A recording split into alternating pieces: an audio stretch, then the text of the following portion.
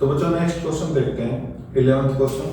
क्या कह रहा है कि A square plus B square plus C square क्या दे रहा है, 0 दे रहा है।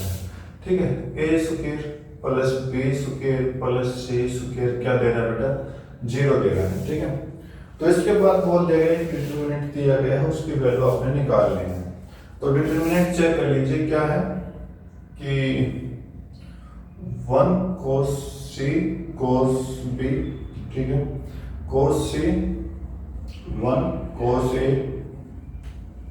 Okay, cos b cos a और 1। ठीक है, ये आपके पास डिटरमिनेंट दे रखा है। तो डिटरमिनेंट को सोल्व कैसे करेंगे, यहाँ पर एक कंडीशन इन्होंने दे दी, सिर्फ एक ही कंडीशन की भाई तीनों स्क्वायर का सम क्या दे रखा है, 0 दे रखा है। ठीक है, तो इस कंडीशन में हम एंगल को कैसे रिलेट करेंगे, तो एंगल को रिलेट आपने करना पड़ेगा। ठीक है, अगर ये देता है कि a plus B plus C, A plus B plus C अगर 0 है तो फिर हम कुछ ना कुछ एंगल मान लेते हैं, नेगेटिव पॉजिटिव।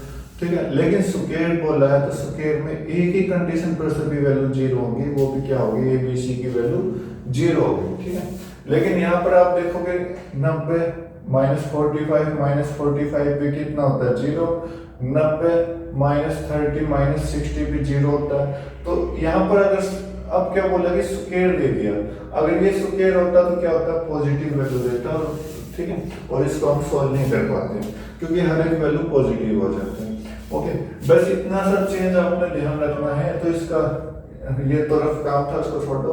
तो इस पर आप देखोगे तो 0 का स्क्वायर प्लस 0 का स्क्वायर प्लस 0 का स्क्वायर, सिर्फ एक कंडीशन पर 0 आती है, वो भी क्या है, ए बी सी की वैल्यू हम 0 रखेंगे जब आएगी। ठीक है, तो बस कुछ नहीं करना, ए की जगह 0 रखना है, बी की जगह 0 रखना है और सी की जगह 0 रखना है। तो एक नए डिटरमिनेंट का सॉल्यूशन अपने पास आ जाएगा। नया डिटरमिनेंट क्या बनेगा, cos 1 cos c की जगह 0, b की जगह 0।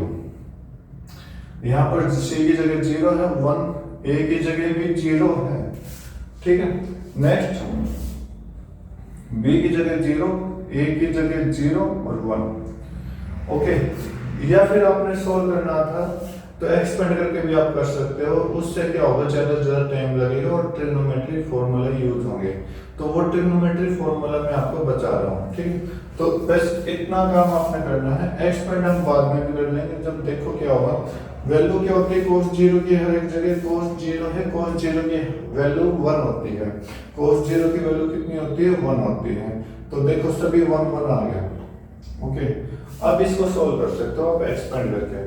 या फिर एक प्रॉपर्टी होती है कि भाई जब डिटरमिनेंट की तीनों लाइन, सॉरी जितने भी कॉलम्स हैं, जितने भी रोज हैं, उसमें एक ही क्वांटिटी आ रही हो, सिमिलर क्वांटिटी आ रही हो, मतलब कि एक स्केलर क्वांटिटी आ रही है। तो स्केलर मतलब 1 आ रहा है यहाँ पर, तो हर एक जगह 1 आता है, तो इसकी वैल्यू क्या होती है, 0 होती है।